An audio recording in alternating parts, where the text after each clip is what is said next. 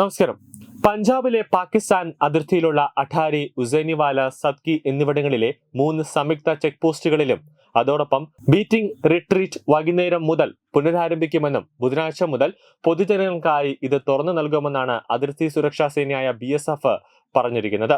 അതേസമയം BSF സൈനികർ പാകിസ്ഥാൻ റേഞ്ചേഴ്സുമായി കൈകൊടുക്കുകയോ അതായത് ഗാർഡ് കമാൻഡർമാർ തമ്മിലുള്ള ഒരു പ്രതീകാത്മക ഹസ്തദാനം ഒന്നും തന്നെ ഉണ്ടാകില്ല എന്ന് BSF വ്യക്തമായി പറയുന്നുണ്ട്.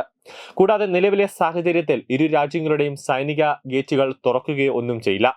അഠാരി, ഉസൈനിവാല, സദ്കി എന്നിവിടങ്ങളിൽ നടക്കുന്ന ചടങ്ങിൽ മാറ്റം വരുത്തും.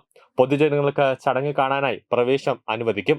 പൊതുജനങ്ങൾക്ക് നാളെയാണ് ചടങ്ങുകൾ കാണാനായിട്ട് വൈകുന്നേരം പ്രവേശനം അനുവദിക്കുക. പക്ഷെ ഇന്ന് വൈകുന്നേരം മാധ്യമപ്രവർത്തകർക്ക് ആ ചടങ്ങ് കാണാനായിട്ട് ഒരു സൗജന്യമായിട്ടുള്ള ഒരു അന്തരീക്ഷം അവിടെ ഒരുക്കുന്നുണ്ട്. ഇന്ത്യ പാക് അതിർത്തിയിൽ നിലനിന്ന സംഘർഷങ്ങളെ തുടർന്നാണ് ബീറ്റിംഗ് റിട്രീറ്റ് ചടങ്ങുകൾ താത്കാലികമായി നിർത്തിവച്ചത്.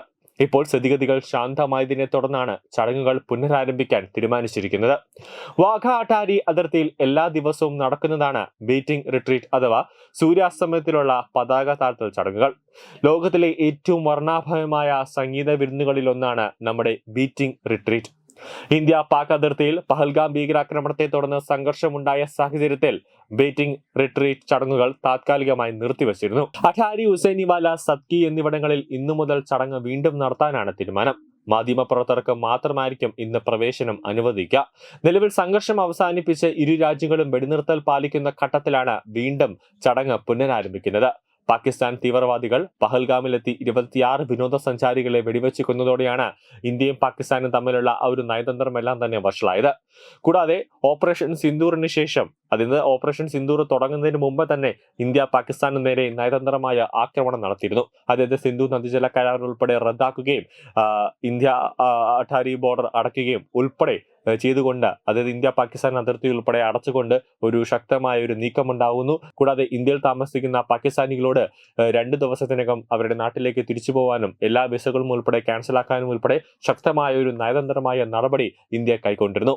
അതിനുശേഷം പാകിസ്ഥാൻ കുറച്ചു ദിവസമായി വെടിനിർത്തൽ ഉൾപ്പെടെ ഒരു കരാറൊന്നും ലംഘിക്കുന്നില്ല എന്ന് ഇന്ത്യക്ക് ബോധ്യമായതോടുകൂടിയാണ് ഇന്ത്യ എല്ലാ ദിവസവും അതിർത്തിയിൽ നടത്തുന്ന BSF നടത്തുന്ന ഈ ചടങ്ങുകൾ നടത്താൻ ഇപ്പോൾ ഒരു ധാരണയായിരിക്കുന്നത്.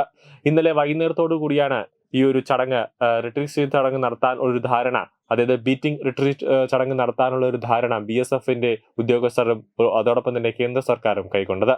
ന്യൂസ് ഡെസ്ക് തത്വമൈ ന്യൂസ്.